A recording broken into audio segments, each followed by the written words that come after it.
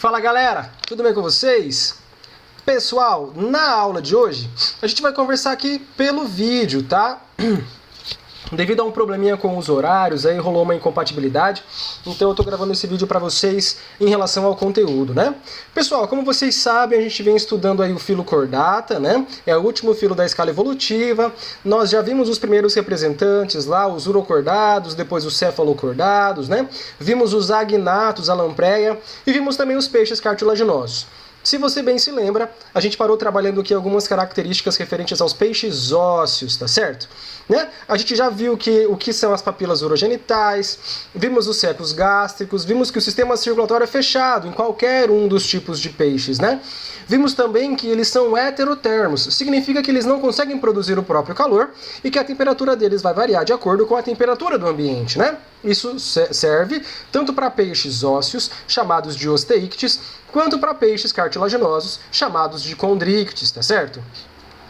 Nós temos um tipo de peixes ósseos específicos, chamados de peixes dipnóicos, pessoal, que são peixes que apresentam um pulmão primitivo, tá certo? Então são peixes aí que realmente suportam ficar até algumas horas fora da água, realizando as trocas gasosas por meio da sua bexiga natatória que foi modificada em pulmão, tá certo? Uma característica bastante importante dos peixes ósseos, pessoal, e que é apenas pertinente a eles, tá? É a estrutura denominada como bexiga natatória, tá, pessoal?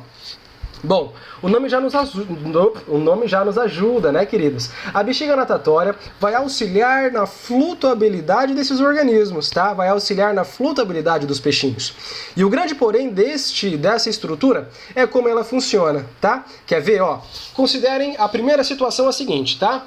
O peixinho, ele tá na superfície da água. Tá próximo à superfície. Como se encontra nesse momento a bexiga natatória, que é uma bolsa que pode se encher de gás e diminuir a densidade desse peixe, facilitando a flutuabilidade. Ou ela pode esvaziar o gás, aumentar a densidade desse peixe, né, e dificultar um pouquinho a flutuabilidade, né, favorecer para que ele então vá para o fundo. Bom, quando esse peixe ele se encontra na superfície, tá? A bexiga natatória, ela tá vazia. Isso mesmo, ela tá vazia. Sabe por quê? Porque ele já tá na superfície. Ela não tem que estar cheia de gás para auxiliar ele a subir. Então, ó, quando ele estava subindo para a superfície, ele estava então com a bexiga cheia. Quando ele chegou na superfície desse ambiente aquático, essa bexiga acabou se esvaziando, né? Então, quando ele se encontra ali na superfície da água, a bexiga natatória dele tá como? Tá vazia, né? E aí esse peixe, por que ela tá vazia, né? Porque caso ele precise ir para o fundo, se a bexiga estiver cheia, ele não consegue. Como a bexiga natatória é vazia, né? Ele consegue ir para o fundo. Agora, caso contrário, tá? Vamos lá, o peixe tá indo para o fundo.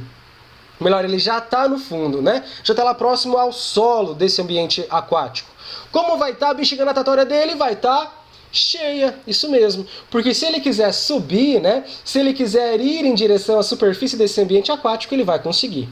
Ok? Então lembre-se sempre que o funcionamento da bexiga natatória obedece a essas regras, né? O peixe já está na superfície, não tem por que ela está cheia. O peixe já está no fundo, não tem por que ela está vazia. Lembre-se sempre disso, para não serem pegos em pegadinha. Tá bom? Dando continuidade aqui, né, pessoal? A gente tem uma estrutura sensorial muito importante nos peixes, tá? É a chamada linha lateral, né? E a gente consegue visualizar essa importância no chamado movimento de cardume, né, pessoal? Eu acredito que todo mundo aqui já tenha visto Procurando Nemo, né, queridos? Ou tenham visto aquele movimento de cardume. Quando um peixe vira para a direita, todo mundo vira para a direita. Quando um peixe vira para a esquerda, todo mundo vira para a esquerda. E assim por diante, né, pessoal? Esse movimento em cardume, né, ele é proporcionado por meio dessa estrutura aqui, denominada como linha lateral, tá? Essa linha lateral, pessoal, é um sistema sensorial, né? Então ele vai captar estímulos, em específico ele vai captar a movimentação da água, pessoal. Por isso que os cardumes, eles ficam com os peixinhos muito próximos uns dos outros, né? Porque se um se mexe e vai para a direita, os outros captam essa movimentação pela linha lateral e também se locomovem para a direita. Mas vem comigo que eu vou te mostrar um pouquinho mais sobre essa linha lateral. Olha, Aqui nós temos então, né, gente, ela realmente é chamada de linha lateral, porque na maioria das espécies de peixes ela é visível, né? É realmente uma linha localizada na lateral dos peixes, nas duas laterais, tá bom? E essa linha, ela se caracteriza como diversos tubos com aberturas de entrada de água, né? E célulazinhas sensitivas aqui, ó, na outra extremidade do tubo, né? Aqui a gente está vendo uma célulazinha sensitiva, pessoal. Essa célulazinha capta as menores vibrações de água em torno desse peixe, né? E o que ela demonstra para esse peixe? Ela demonstra que ou o seu cardume está se movimentando para aquela direção, ou tem alguém querendo predar esse peixe, né? E aí, então, de acordo com a captação dos estímulos aqui da linha lateral, né, essa estrutura sensorial, esse peixe vai tomar aí as providências corretas, tá certo? Então aí, um pouquinho para vocês dessa estrutura sensorial, beleza? Gente, isso aqui é extremamente importante nos peixes. Vocês já pararam para pensar, gente, como que os peixes que vivem no ambiente marinho, eles acabam fazendo em relação à quantidade de sais? Porque, galera, vai lá você no mar, fica meia hora no mar lá, você já tá com a boca tudo salgada, mano, de tomar caldo de onda lá, de engolir água sem querer, né? Você tá lá com uma sede. O ambiente marinho é muito difícil para esse indivíduo viver. Bom, quais será então que são as estruturas? Vamos ver nos dois casos, tá? Vamos ver nos casos dos peixes marinhos e vamos ver também no caso dos peixes de água doce, beleza? Começando pelo caso dos peixes marinhos, dos peixes de água doce, desculpa, ó. Os peixes de água doce, pessoal, né? Eles são hiperosmóticos. Como assim, gente? Quando um peixe vive na água doce, o peixe é o meio mais concentrado de sais. E por isso, ele é chamado, né? Ele é considerado ali como meio hiperosmótico. E ele vai desenvolver ações, ele vai desenvolver medidas, né? Que então realizem a excreção do excesso de água que ele vai receber.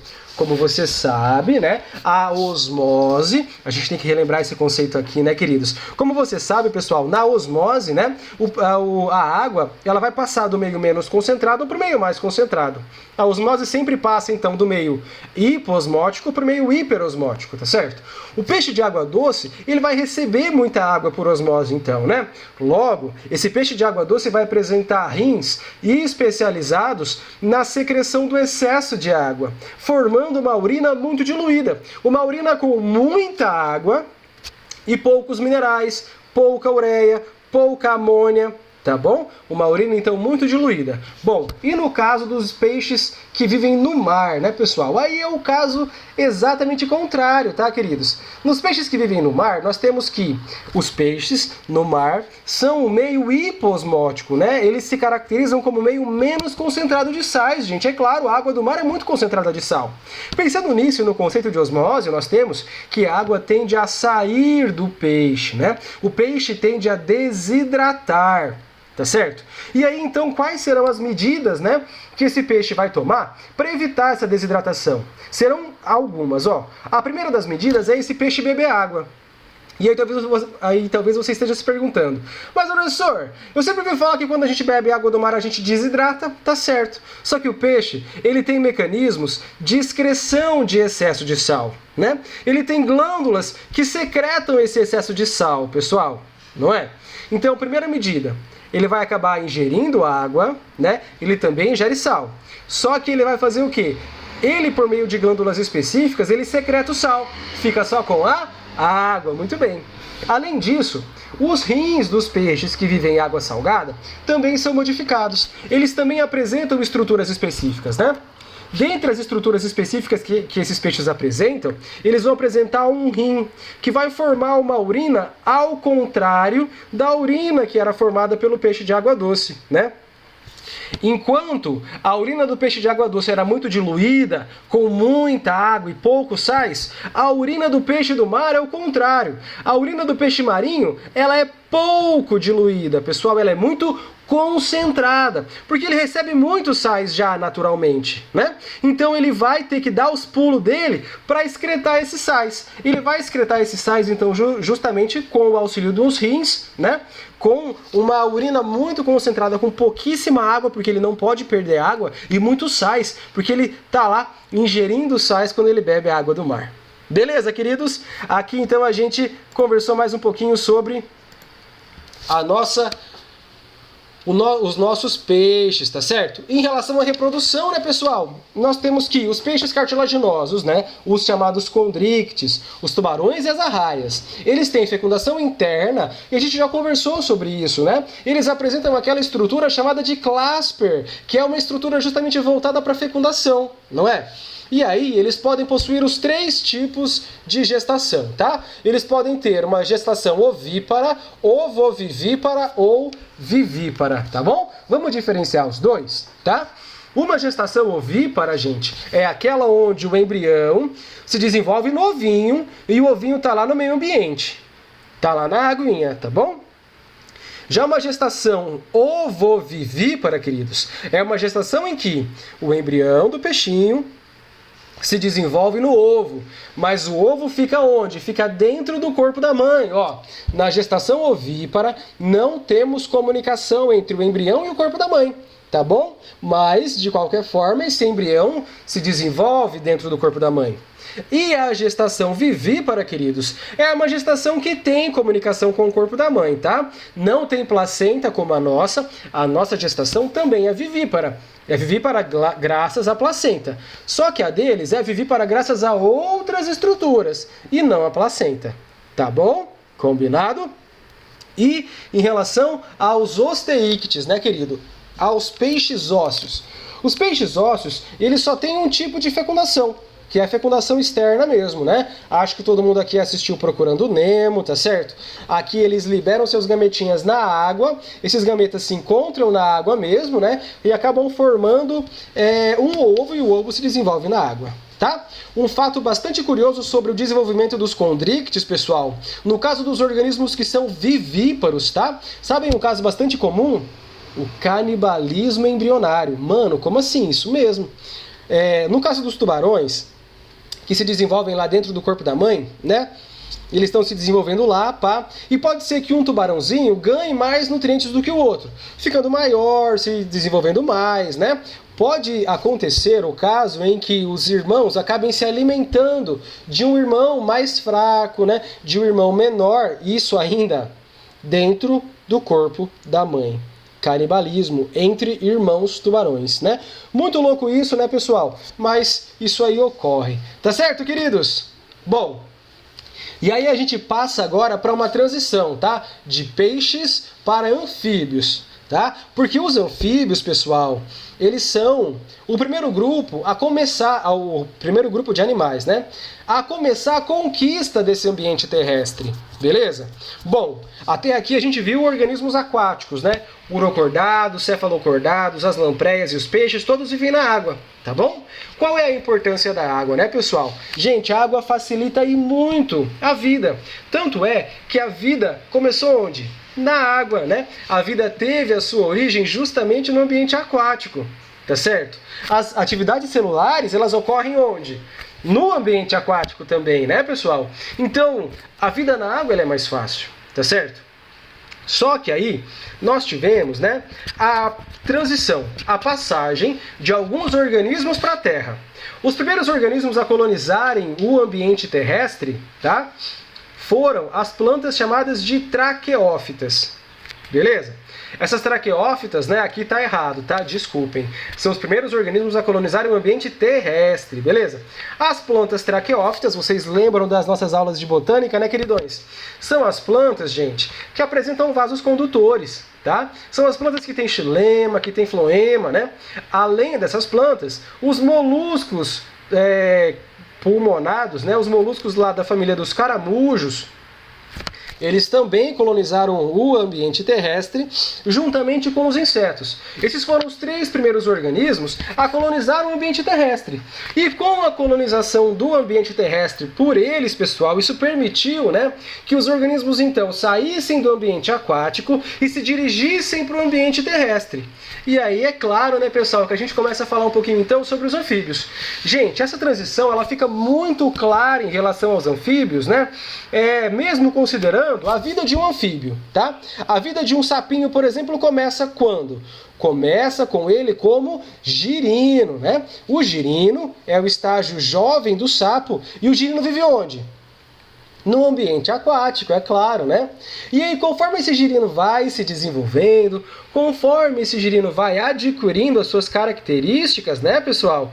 A gente tem, então, que esse girino ele vai deixando o ambiente aquático e iniciando a colonização do ambiente terrestre, tá? Os anfíbios, eles fazem parte eles são os primeiros constituintes de um grupo de organismos chamados de tetrápodes, né? Olha o nome. Tetrápodes, prefixo tetra significa 4, né? Os organismos tetrápodes, então, pessoal, são aqueles organismos que apresentam 4 apêndices. Eles deixam de ter barbatana, eles deixam de ter apêndices voltados para a locomoção na água. E eles passam a ter apêndices voltados para a colonização do ambiente terrestre. Braços e pernas, respectivamente, queridões. E isso demonstra para nós o quê?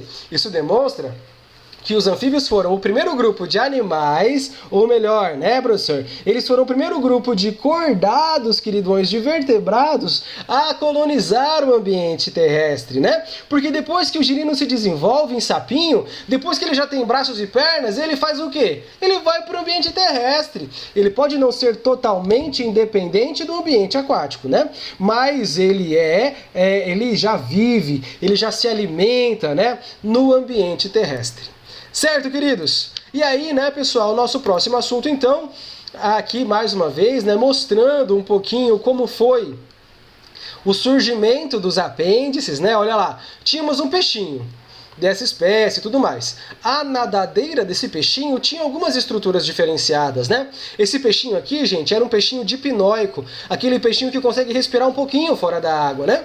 E aí, então, essa nadadeira dele foi se modificando devido a mutações, né? E foi facilitando a colonização do ambiente terrestre, olha lá, né? Até adquirir, gente, cintura pélvica, né? E também cintura escapular, queridos. Cintura escapular são os ombros, cintura pélvica são os quadris, tá, pessoal? E aí a gente tem, então, a formação dos organismos chamados de anfíbios. O primeiro grupo de tetrápodes, o primeiro grupo a iniciar, né? O primeiro grupo de vertebrados a iniciar a colonização do ambiente terrestre. Olha lá, pessoal, essas estruturas aqui, ó, nós temos até hoje. Os nossos braços são constituídos por húmero, rádio, una, ossos carpais e ossos das falanges, tá certo? Gente, a mesma estrutura óssea, né? Só vão mudar ali algumas características, é claro. Beleza? E aí, então, né, a gente começa a falar sobre os anfíbios. Os anfíbios são divididos em 3 classes, né? A classe dos sapos e rãs, a classe das salamandras e a classe dos bichinhos chamados aqui de cecílias, tá? E sobre isso a gente vai continuar falando amanhã na nossa aula. Combinado, pessoal? Então, ó, um grande abraço para vocês. A gente se vê amanhã ali, beleza? Espero que vocês tenham gostado dessa nossa aula. Se tiverem dúvidas, traguem as dúvidas amanhã, beleza? Que a gente conversa mais sobre isso. Grande abraço do professor Murilo e falou, valeu!